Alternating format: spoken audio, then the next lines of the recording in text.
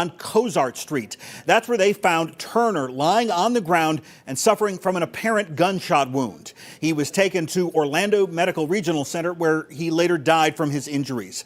Authorities say the suspected gunman, Jeffrey London, fled the scene. He was later captured in Highlands County. We are still trying to learn what London's relationship is to the victim. He's been charged with first-degree murder and possession of a firearm as a convicted felon. Now, after Officer Turner retired from OPD, as we mentioned, he returned as a reserve officer. Back in 2019, while working as a reserve officer, he was involved in the high-profile arrests of a 6-year-old and an 8-year-old at a charter school. Turner was later fired from his job as that reserve officer after the police chief determined he did not seek approval from his supervisors before arresting those juveniles. Reporting live in the newsroom, Mike DeForest, News 6. Mike, thank you for getting that information so quickly. We are going to continue staying on top of this story for you, as always, throughout the day. We'll bring you any updates we can find on air and on clickorlando.com. Hey, if you are starting off your new year with some fun traveling, or maybe you're just heading back from spending some time with us here in Central Florida, be prepared for a lot of company. Orlando International Airport, they are bracing for quite the busy stretch of days. News 6's Stephanie Rodriguez met some travelers making their way through the adventures. All these people in this line here at TSA are contributing to what's expected to be a record-breaking holiday travel period here at MCO. And while it's almost over, the next few days are set to see the most travelers passing through the airport. Luckily, I didn't have any issues with my traveling, actually. So it was actually a great experience. MCO projected nearly 3.1 million passengers would be arriving, departing, or both from the airport during the Christmas and New Year's travel period. I really like this airport, even though it's pretty busy. I feel like it runs fairly smoothly.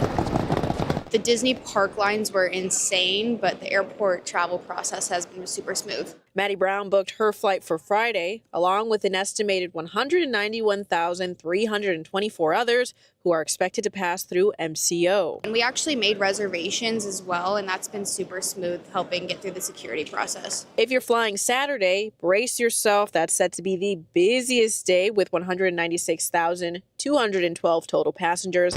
And Sunday is a very close second with 195,960 passengers. As always, you're encouraged to arrive 3 hours before your departure time. You can always check TSA wait times on the MCO app and website. Reporting at Orlando International Airport, Stephanie Rodriguez, News 6.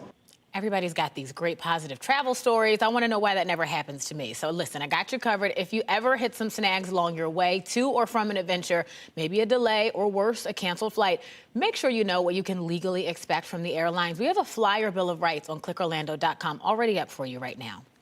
So let's turn to our forecast. Maybe you are trying to come to some warm weather. You're escaping the heat here. I don't know, folks really do like the cold.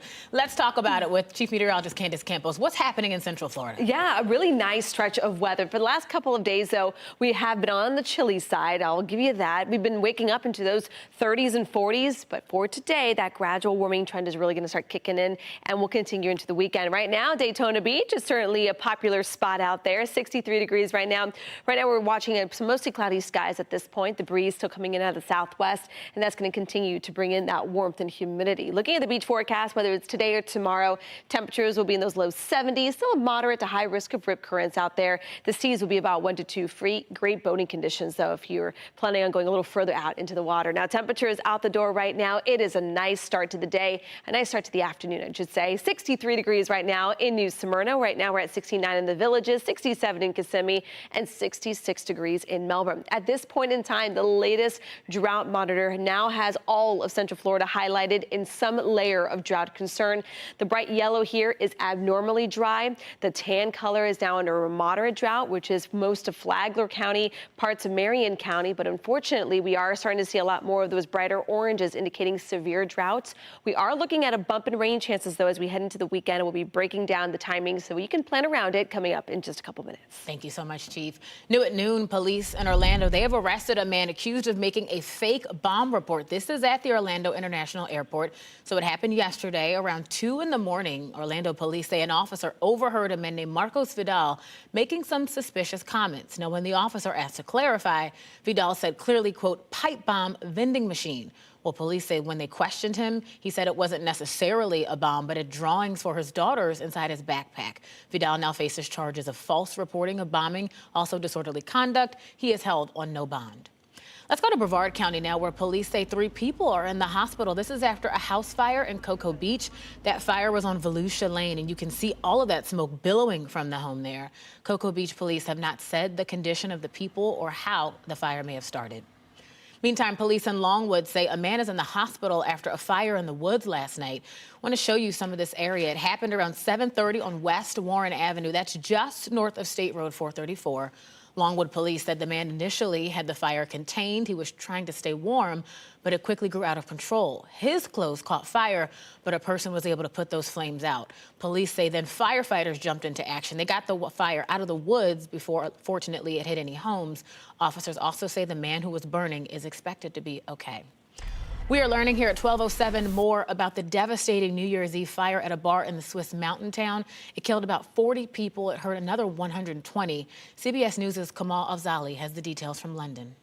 In an update on the New Year's Eve fire investigation, Swiss officials say it appears the trigger was sparklers in champagne bottles that got too close to the ceiling, leading to a flashover fire where everything that's flammable in the room quickly ignites. Everyone was banging on the windows and stuff, screaming. It was like a horror movie, but they couldn't get out. I think the windows were too thick. Cell phone video shows flames sweeping across the wooden ceiling of the bar La Constellation in Crans-Montana at a celebration ushering in the new year. This is a promotional video the bar posted in 2024. 19-year-old Nathan Uganin was outside when the fire started and said he saw people completely burned and dying. Students in the town, including Americans, expressed shock, saying they could have been among the victims had they decided to attend that party. It's one of those places you go to, everyone goes to bars to party and those things. It's weird, it's eye-opening, and it gave me a sense of gratitude. Many of the injured are in critical condition, flown to more than half a dozen hospitals in Switzerland. Around 50 of the victims are being transferred to facilities in neighboring countries because burn units are overwhelmed. Kamal Afzali, CBS News. All right, Kamal, thank you. Closer to home, we have an update from a story we brought you earlier this week. It's about a scheme aimed at a family member of those who are in jail, at Osceola County. Well, now a woman in Brevard County tells us this happened to her. She was targeted. Coming up, we'll tell you how the jail phone call scheme cost her thousands of dollars. And before we let you go, a quick live look from our Mount Dora cam. Oh, yes, sunny skies and no real rain on the forecast. Not for the next few days, at least. We'll be talking about it when we come back at noon. This portion of the news is sponsored by Florida Lottery.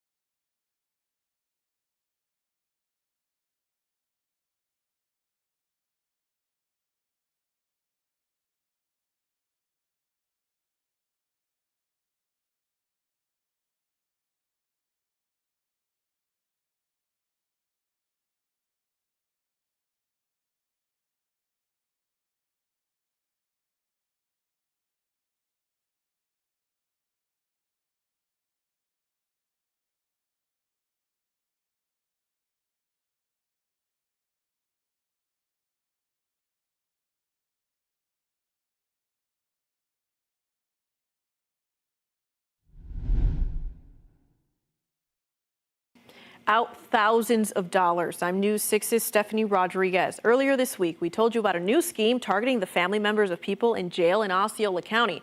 Now, after our reporting, I was able to connect with the Brevard County mother who says that this happened to her just before the holidays. On December 1st, Colleen Torhan got a phone call that seemed legitimate. They had his name, everything. I mean, first, middle, last, everything. And date of birth. The caller claimed she could get her recently arrested son out on GPS monitoring for a price. I should have saw the signs, but I didn't see the signs. Had I known what a Cash App looked like, I would have known what was going on. Law enforcement agencies around Central Florida have alerted residents about this new scheme. It involves people pretending to be jail representatives, making false claims to the loved ones of people behind bars about how they can be released, and asking for payment through apps like Zelle, Cash App, Apple Pay, and PayPal. It's a program. He'll be monitored. We'll be watching him. He'll get psychology help. He'll get drug tested. He'll get all this stuff. Everything I want to hear to happen for my son. The 68-year-old felt pressure to send money even after she questioned them. Wait a minute, why do I have to come up with more money? I can't do this. I'm crying. I'm really getting upset. And he says, well, you know what? We could stop right now. And you just gave the state $2,000. They'll take your money. After giving them over $4,000, they sent her paperwork to prove he would be released, but he never was. She filed a police report hoping they'll catch the people responsible and stop them from stealing from anyone else. I'd like for him to give me my money back and go to jail. If you get a call claiming to come from the jail, you are encouraged to not send any money and to verify bonding or release information with the jail or a licensed bonding agency, and then to report that call to the authorities. Reporting in studio, Stephanie Rodriguez, News 6. Stephanie, thank you. Let's get you outdoors for a live look at our Launch Credit Union Port Camp at Port Canaveral. If you are not heading out of the area and you're going to be kicking it with us here, maybe take the lunch outside. It's a nice day, but beware. Got some allergies, some stuff not working out in our favor, Chief. Well, if it's not the colds and flus and whatnot that you've been passing around from a family member to family member, the weather is not going to also help because we are looking at a drier and warmer than normal start to the new year. We're talking about temperatures even flirting with the 80s just around the corner, and that's really going to start speeding up all the big pollen producers this time of the year, especially those big live oaks. All right, let's talk about downtown Orlando's Sky Cam. You don't see the pollen floating around, but it's out there. Our Light Orlando delivering Hope Together camera. If you're not an allergy sufferer, you're looking good right now. 66 degrees right now. But for those wondering, we are going to see some of the highest numbers we've seen so far this season start really clocking up behind a cold front. Now, this cold front's going to be bringing us just a little bit of rain, not enough to dampen pollen numbers, but it is going to start cranking up the breeze a little bit on Sunday, and that's really going to start worsening our pollen numbers. So just to be aware of that if you need to start your antihistamines pretty early this year. Looking at outside the door, temperatures across the board are in those mid to upper 60s. Still a really nice day if you have the opportunity to enjoy the outdoors. Temperatures from coast to coast right now, all in those 60s. But now let's check on that hour-by-hour forecast for your first Friday of 2026. Your forecast is sponsored by Strata Services. I have to keep reminding myself it's 2026. Temperatures this afternoon back up to about 70 degrees. We will see some clouds around today, not as crystal clear blue skies as we had yesterday, and the cloud cover will continue to build. Later on tonight, we started off this morning in the 40s. Tonight we'll be down into those 50s, so that gradual warming trend will also be felt overnight as well. Just kind of showing you what the next big story is. We're watching the arrival of a next cold front. It is going to be packing a little more rain with it. Most of it will be coming through the middle of the night, Saturday night, and into early Sunday morning. Let me kind of zoom in, show you without the cold front. You can see kind of the timing of it. Just maybe a few passing sprinkles later on this evening, but we are looking at a little more of a chance for rain in the forecast as we head to about 10, 11 o'clock across our northern zones. The the Storm Prediction Center has highlighted a few thunderstorms possible as far south as Gainesville. Can't rule out the chance of a rogue thunderstorm into the evening hours Saturday night and into Sunday. Packing with it a couple more batches of some moderate to heavy rain at times. And then once that front finally clears, we'll continue to keep things dry, but do not expect much of a cool down behind that front, unfortunately. Looking at your rain chances again for tomorrow, The rain coverage you see here will be primarily late in the day on Saturday. Early Sunday morning are rain chances hovering between about a 20 to 40%. But again, once that front clears, not much of a cool down. And that's really going to be the setup as you go from January 8th all the way to January 12th. We're talking beyond the next 7 days. You can see that most of the southeast will be feeling that warm. So you can see our average for this time of the year is about 72 degrees. We're going to start trending even further than that early next week as everyone's heading back to work and school. That first full week of the new year. Notice we could even be flirting with the 80s before you know it. And you said something earlier. Wake those kids up earlier. Get them ready for this shift. Yeah. They're going back. All right, leaders in Brevard County, they are nearing final discussions about whether to close an elementary school. Coming up, we'll tell you when discussions are happening and how you can make your voice heard for Cape View Elementary School in Cape Canaveral.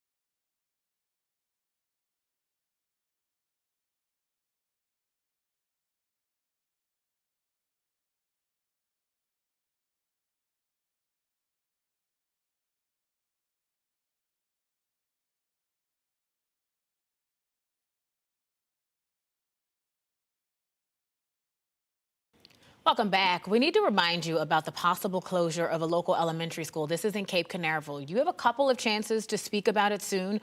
Board members will vote on January 20th whether to consolidate Cape View with Roosevelt Elementary and Cocoa Beach. Cape Canaveral Mayor Wes Morrison says a fight to save Cape View Elementary School has now become a fight for the entire community. That is how he described the effort to stop Brevard Public Schools from closing the under-enrolled school. We've got a passionate parent base, an involved community. Why are we staring 30 days out at a closure? Well, before the vote, the City Council will have a special meeting with the school board on Tuesday. The public is allowed to attend, but you should know there will not be any public comment again until the regular meeting on the 20th. Check this out. Tons of excitement on the University of Miami campus as they welcome home the football team from the Cotton Bowl. Miami, the 10 seed, beat Ohio State, the 2 seed, in the playoff game. It sent them to the national semifinals. This is the first time they have made it this far since playoff expansion. So Miami will be taking on Ole Miss next Thursday. Congrats are in order for them. Make sure you check out all of our new primetime lineup as well on News 6+. Matt and Ginger bring you a new take, a fresh take on the day's news. That's News 6 tonight at 9. Then go in depth as we track the latest weather developments. And we also answer any of your questions, weather questions specifically, with meteorologist Jonathan Kegas at 9:30. 8:30. And then, of course, you can catch the late news an hour earlier. That's all tonight on News 6+. Make sure you also download our free streaming app for free. Download WKMG on your smart TVs and your app store. It is also available on Roku, Apple TV, and Fire TV.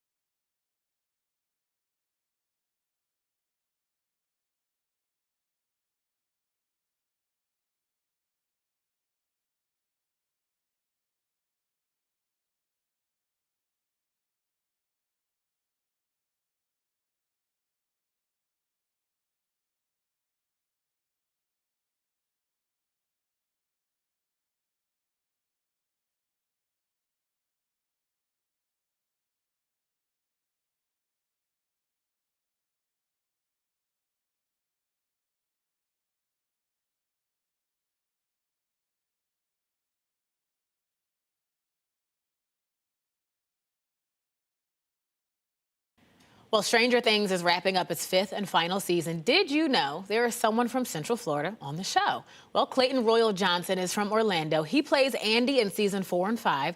His character is a basketball player. He is featured as an antagonist to the main characters. Johnson explained how he landed the role on one of the most streamed TV shows. I mean, this is all I feel like everyone's talking about now. He says he was first in a smaller role on Nickelodeon. It was a show called I Am Frankie. He actually didn't work for a year and a half after that. We like to call that, quote, fun employment. And that is when the Stranger Things opportunity came up. Randomly, an audition came through. I was bussing tables at Texas Roadhouse, which is a great restaurant. But I was bussing tables there, and I just got a normal audition that kind of just said like 2 to 4 episodes, Andy, basketball player, and that was it. And then I did one tape. I sent it in. A week later, I was at Disney. I got pinned. And then a week after that, my agent called me and was like, hey, can you play basketball? And I've never played basketball. So I said, yeah, I can play basketball. And then yeah, it kind of just went from there. Like 2 hours later, he called me and said, you have the offer. Wow, you better believe he knows how to play basketball. You get an offer like that in your lap. Yeah. So he was 18 years old when he learned he got the role. We posted the full interview for this story on clickorlando.com/setting the stage. And while you're on our website, you can get the latest theater, arts, and entertainment news sent right to your email. with our setting the stage newsletter rather. Again, head to clickorlando.com/newsletter if you'd like to subscribe. Wow, never too late or early to get your big break. Exactly. Look Congrats at that. to And him. how simple like the answers were. That's but, it. You know. Can you play basketball? You got talent, Sure you got can. talent. Yeah, let's talk about the weather forecast if anyone's watching. Temperatures, though, this afternoon back to near 70. We're going to be warming up each and every afternoon.